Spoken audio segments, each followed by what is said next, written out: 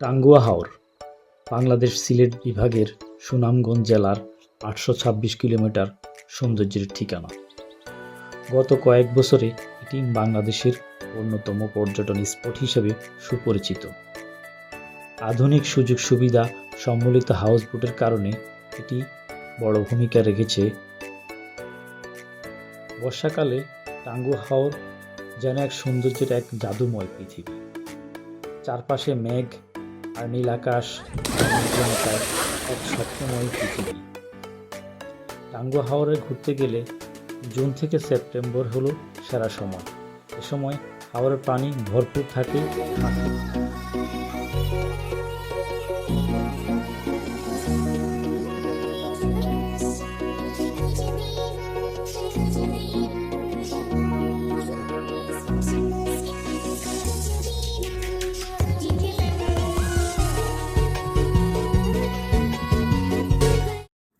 আসসালামু আলাইকুম। আজকে আমরা যাচ্ছি ঢাকা থেকে সুনামগঞ্জের একটি বিখ্যাত পর্যটন এলাকা টাঙ্গুয়া হাওর।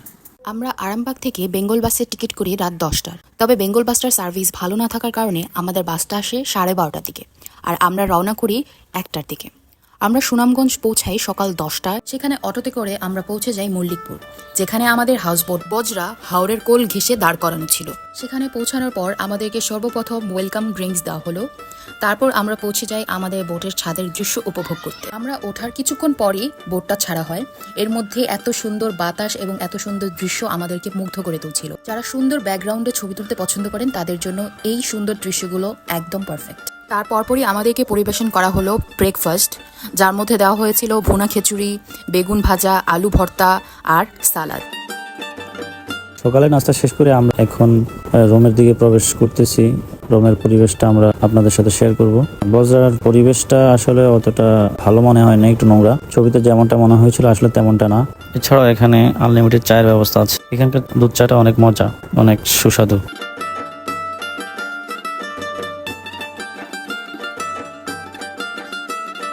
আমরা আমাদের রোমের দিকে যাচ্ছি।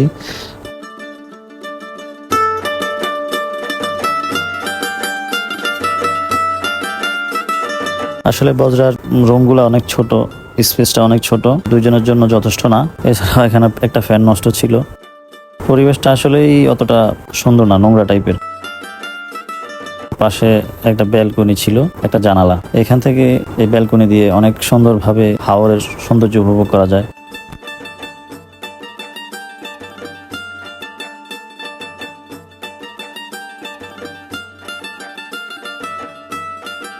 আমরা এখন যাচ্ছি টাঙ্গুয়া হাওরের প্রথম দর্শনীয় স্থান ওয়াচ টাওয়ারের উদ্দেশ্যে। ওয়াচ টাওয়ার উদ্দেশ্যে যাত্রাপথে আমরা টাঙ্গুয়া হাওরের প্রাকৃতিক দৃশ্যগুলো সুন্দরভাবে উপভোগ করছি। চারিদিক থেকে বাতাস আর বাতাস, মেঘময় অবস্থা, অসাধারণ দৃশ্য।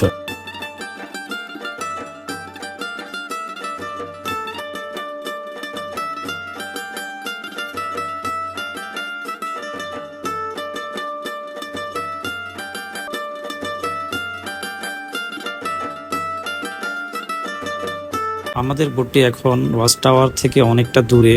এখানে হাউস বোটটি অবস্থান করবে। এখান থেকে নৌকা ভাড়া করে নিতে হবে, এর জন্য দামাদামি করে নিতে হবে। আমরা 4 জন 250 টাকার মধ্যে নৌকাটি ঠিক করে ফেলি।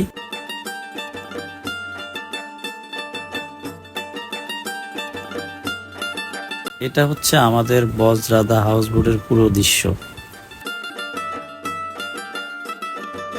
আমরা এখন নৌকায় করে ওয়াচ টাওয়ার উদ্দেশ্যে যাচ্ছি।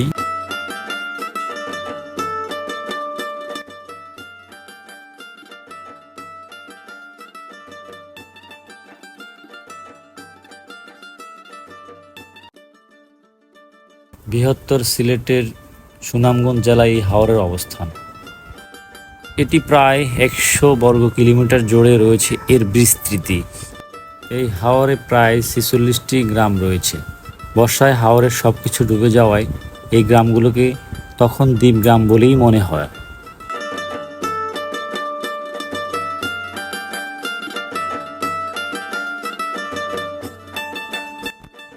আমরা প্রায় ওয়াচ টাওয়ারের কাছাকাছি চলে এসেছি। ওয়াচ টাওয়ারকে উপভোগ করতে হলে অবশ্যই ওয়াচ টাওয়ারে উঠতে হবে।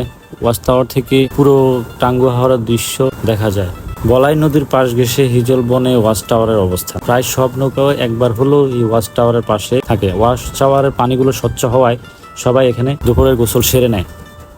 ওয়াচ টাওয়ার থেকে পুরো টাঙ্গুয়া হাওরকে এক পলকে উপভোগ করা যায়।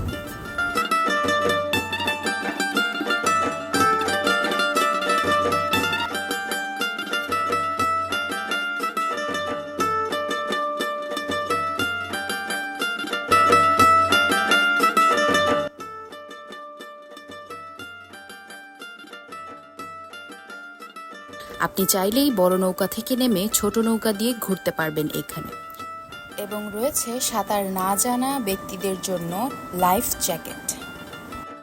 শুনতে পারবেন মাঝে সুমধুর কণ্ঠে হাওরের বাজানো গান।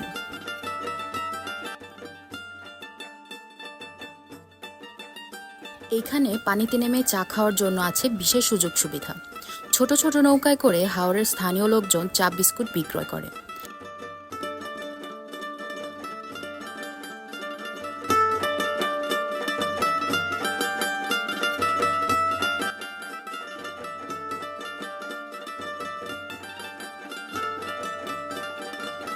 চা খেতে খেতে গোসল করে আমরা পৌঁছে গেলাম আমাদের বোটে।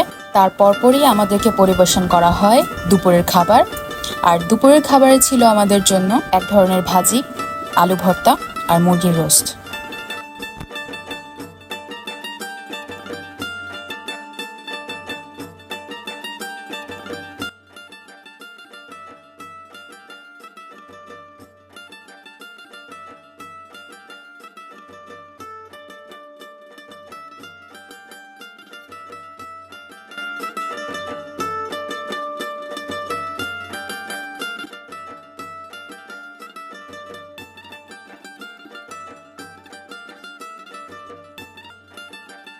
দুপুরের খাবার খেতে খেতে আমরা পৌঁছে যাচ্ছি আমাদের পরবর্তী গন্তব্যস্থান নীলাদ্রি লেক, যেখানে রয়েছে বারিক্কা টিলা। আপনারা চাইলে এই পাহাড়ি লেকটি নৌকা দিয়েও ঘুরে দেখতে পারেন। জনপ্রতি 50 টাকা করে নেবে। নৌকা থেকে এর পাহাড়ি এবং এই সবুজ পানির দৃশ্য এত মনোরম, আপনারা যদি চোখে না দেখেন তাহলে একদমই বিশ্বাস করতে পারবেন না। স্থানীয় লোকজন একে নীলাদ্রি লেক বলেই চেনে। দূর থেকে তাকালে মনে হয় পাহাড়ের কোলে বসে থাকা নীল রঙের একটি আয়না। বিকেলের সোনালি আলো যখন পানির ওপর পড়ে তখন দৃশ্যটি হয়ে ওঠে আরও মোহনীয়। আর বর্ষায় লেকের পানি বাড়লে এটি যেন রঙিন স্বপ্ন রাজ্যের রূপ নেয়। নীলাভার সবুজ পানির এই লেক পাহাড়ে ঘেরা, দেখতে যেন বিদেশি কোনো প্রাকৃতিক দৃশ্য। সন্ধ্যার সময় এখানে দাঁড়িয়ে সূর্যাস্ত দেখা এক অবিস্মরণীয় অভিজ্ঞতা। হাওরের বুকে দাঁড়িয়ে থাকা ছোট ছোট সবুজ পাহাড় হলো বারিক্কা টিলা। চারপাশে নীল পানি, দূর মেঘালয়ের পাহাড় আর ওপরে নীল আকাশ, সব মিলিয়ে টিলা থেকে দেখা দৃশ্য সত্যিই অপূর্ব। নীলাদ্রি নামটা যেমন সুন্দর তেমনি রূপে মোহনীয়। টেকের ঘাট চুনাপাথরের লেকের পানি নীল না হলেও বেশ পরিষ্কার।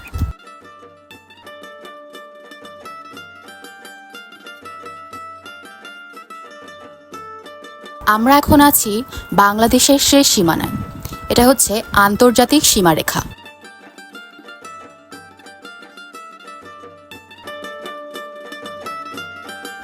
বারিক্কা টিলা থেকে আমরা অটো করে চলে গেলাম লাকমাছড়া। হাওরের খুব কাছেই অবস্থিত এই ঝিরি পাহাড়ি আঁকাবাঁকা পথে বয়ে চলা এক স্বচ্ছ জলধারা হলো লাকমাছড়া। পাহাড়ের বুক চিরে গড়িয়ে আসা শীতল পানির শব্দ আর পাখির কলতান, ঘন সবুজ বন, সব মিলিয়ে লাকমাছড়া প্রকৃতি প্রেমীদের জন্য এক মোহনীয় জায়গা। এত সুন্দর আর এত মনোরম, মেঘগুলো একগুচ্ছ হয়ে দলায় দলায় বাঁধিয়ে আছে, দল পেকে আছে, এই জন্য আরো সুন্দর দেখা যাচ্ছিল। আর এই নিয়েই আমাদের টাঙ্গুয়া হাওরের প্রথম দিন শেষ হলো।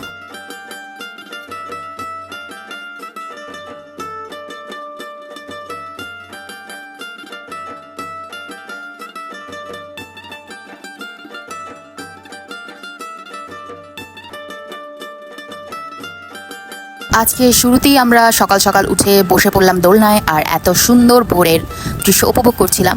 আকাশটা একটু মেঘাচ্ছন্ন হয়েছিল কারণ গত রাতে বৃষ্টি হয়েছে। তো আমরা চলে এসেছি টেকের ঘাটে। আপনারা চাইলে এই জায়গাটা থেকে বাইক দিয়েও করে উপরে যেতে পারেন, বাট আমরা কাপল ছিলাম, এখান দিয়ে বাইকে উঠে যায়, সিএনজিতে উঠে যায়। বাট আমার কাছে মনে হয়েছে পার্সোনালি যে এই জায়গাগুলোতে যদি বাইকে ওঠা হয় হালকা একটু রিক্সের ব্যাপার আছে। হালকা না, আমার কাছে অনেকটা রিক্সের মনে হয়েছে, বিকজ এখান দিয়ে বাইকে ওঠা একটু কঠিন হলেও নামার সময় ব্যালেন্স একটু এদিক সেদিক হয়ে গেলেই সমস্যা। তো আমরা উঠছিলাম আর এত সুন্দর দৃশ্যগুলো উপভোগ করছিলাম। আর এই জায়গাটা যেহেতু ভোরের সময়, এই সময়টাতে মেঘগুলো দলা দলা পাকিয়ে কুয়াশাও থাকে। আর গত রাতে যেহেতু বৃষ্টি হয়েছিল, এই জন্য রাস্তাটা ভিজাও ছিল। এই কারণে সবচেয়ে বড় সমস্যা মনে হচ্ছিল আমার কাছে যে আমরা বাইক দিয়ে উঠবো না, হেঁটেই উঠবো।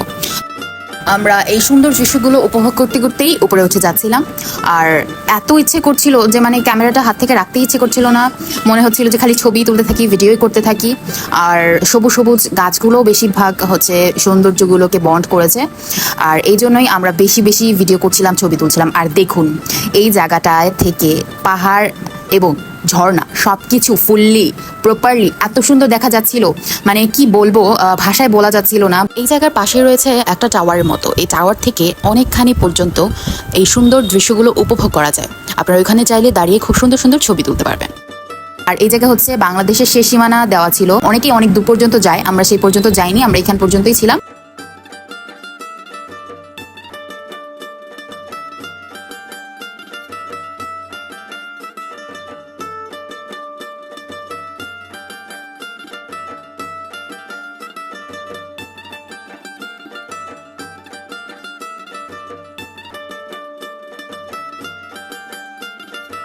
এখানে ছোট ছোট বাচ্চারা 10-12 বছরের বাচ্চারা ঘোড়া নিয়ে ঘুরতে থাকে।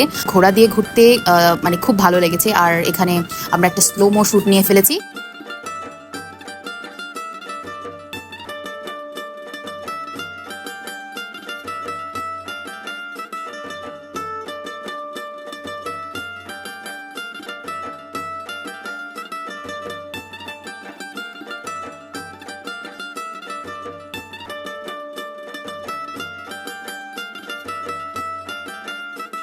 শিমুল বাগান, এখানে আমাদের বোটগুলো থামানোর পর আমরা মাঠের মধ্যে দিয়ে শিমুল বাগানে প্রবেশ করলাম। প্রবেশের জন্য আমাদের প্রত্যেকের জনপ্রতি 50 টাকা করে টিকিট ফি লেগেছে। শিমুল বাগানটি মূলত তাহিরপুরে অবস্থিত। সারিবদ্ধ গাছগুলো যেন নিস্তব্ধ নিথর হয়ে দাঁড়িয়ে আছে ফুলবিহীন অবস্থা। এখানে প্রায় 3000-এরও বেশি শিমুল গাছ রয়েছে। 2003 সালের দিকে স্থানীয় ব্যবসায়ী জয়নাল আবেদিন এই বাগান শুরু করে। তার নামানুসারে এই জায়গার নাম জয়নাল আবেদিন শিমুল বাগান নামে নামকরণ করা হয়। শিমুল বাগানের ভিতরে স্থানীয় কিছু বাসিন্দারা ঘোড়া নিয়ে দাঁড়িয়ে থাকে। এই ঘোড়ার মাধ্যমে শিমুল বাগানটি চারপাশে ঘুরে দেখা যায়। এক্ষেত্রে ভাড়া দামাদামি করে নিতে হয়। 50 থেকে 100 টাকার মধ্যে পুরো শিমুল বাগান ঘোড়ার মাধ্যমে ঘুরিয়ে দেখতে পারবেন। বছরের যে কোনো সময় শিমুল বাগানে যেতে পারেন, তবে লাল টকটকে শিমুল ফুল দেখতে হলে অবশ্যই ফাল্গুন মাসে শুরুর দিকে যেতে হবে। আমরা যখন গিয়েছিলাম তখন শিমুল বাগানের গাছের পরিবেশ ছিল সবুজ পাতার সমারোহ। টাঙ্গুয়া হাওরের ভ্রমণের শেষ দিনে আমাদের লাস্ট স্পট ছিল শিমুল বাগান। আমরা প্রায় 1 থেকে 1.5 ঘন্টার মতো সময় আমরা পেয়েছি শিমুল বাগানটি দেখতে। এবং শিমুল বাগানের ভ্রমণ শেষের মাধ্যমে আমাদের টাঙ্গুয়া হাওরের দ্বিতীয় দিনের ভ্রমণের পরিসমাপ্তি ঘটে। তারপর আমরা আমাদের বোট নিয়ে আমাদের গন্তব্যস্থলে যাত্রা শুরু করি। যাত্রাপথে আমরা জাতুকাটা নদীতে গোসল সেরে দুপুরে লাঞ্চ করে আমরা রওনা দিয়েছি আমাদের গন্তব্যস্থলে।